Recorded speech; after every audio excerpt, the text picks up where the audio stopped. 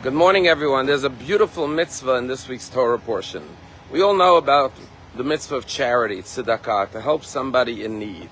But the Torah takes it a step further this week. The Torah says, when your brother's means begin to falter in your midst, v'hachazakta bo, you should strengthen him.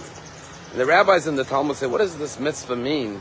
To strengthen your brother whose means are faltering. So the Talmud gives an analogy. The Talmud says when you see a donkey that is overloaded and it begins to falter, it begins to wobble, one person could walk over to the donkey and support it from falling, prevent it from falling, rearrange the packages so that it will not topple. But once the donkey falls to the ground, even 5 people cannot lift the donkey. And the message is that often we wait, unfortunately, for a person to fall into poverty, into destitution, and then after they lose their income and they lose their house sometimes and they're homeless, God forbid, then everyone comes to their aid to support them, to try to rehabilitate them financially.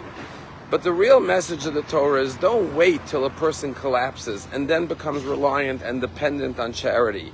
But rather, when you see that their means are faltering, when they're beginning to collapse, a little bit of support, a little bit of help could prevent them from collapsing and having to become poor and needy.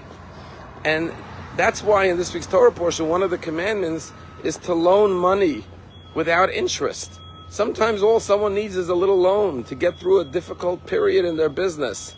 So lend it to them without interest. That's an example of supporting someone before they become destitute. And this is not only true with money, it's true in many areas of life. When people are going through a hardship, it could be in a marriage, it could be with children, it could be in any area of life.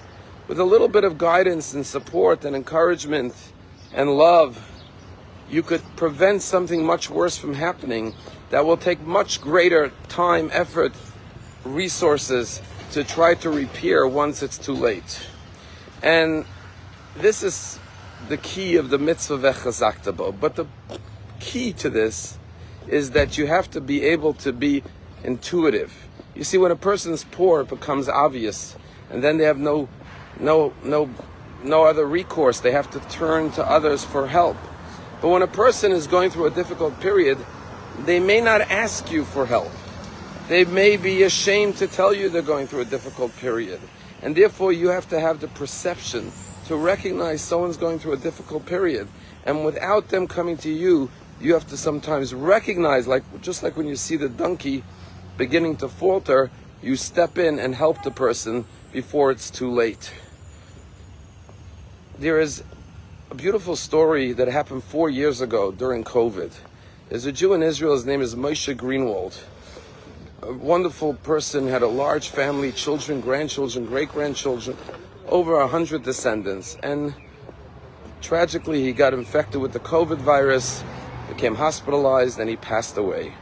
And it was during those terrible days of COVID, and this was in Israel, that so many people were dying. There was social distancing, so that all they could do is have immediate family at the funeral. And it was social distancing, graveside, 6 feet apart. And because there were dozens of funerals every day, tragically, funeral home said you only have a half hour, can't have time for eulogies, just say the prayers, and then we have to bring out the next person. Well, his family gathered, his children, grandchildren, with social distancing. They were crying as they said the prayers, and as they were about to complete the service and lower the coffin into the ground, the funeral director comes running out, white, and says, my deepest apologies, there's so much confusion going on, so much chaos. We made a mistake, we brought out the wrong coffin. This wasn't your father. And we need to remove the body and bring out your father and grandfather. Family was devastated. They just said all the prayers thinking this was their father, and now they have to start all over again. They felt terrible. Here it's COVID, we can't even have a normal funeral. Normally he would have had 500 people at his funeral, and now on top of that, it's the wrong body. But they had no choice. They waited a half hour till the body was removed and a new coffin was brought out, and they began the service all over again. When they finished the funeral home director came over to the family and said, I want to tell you something.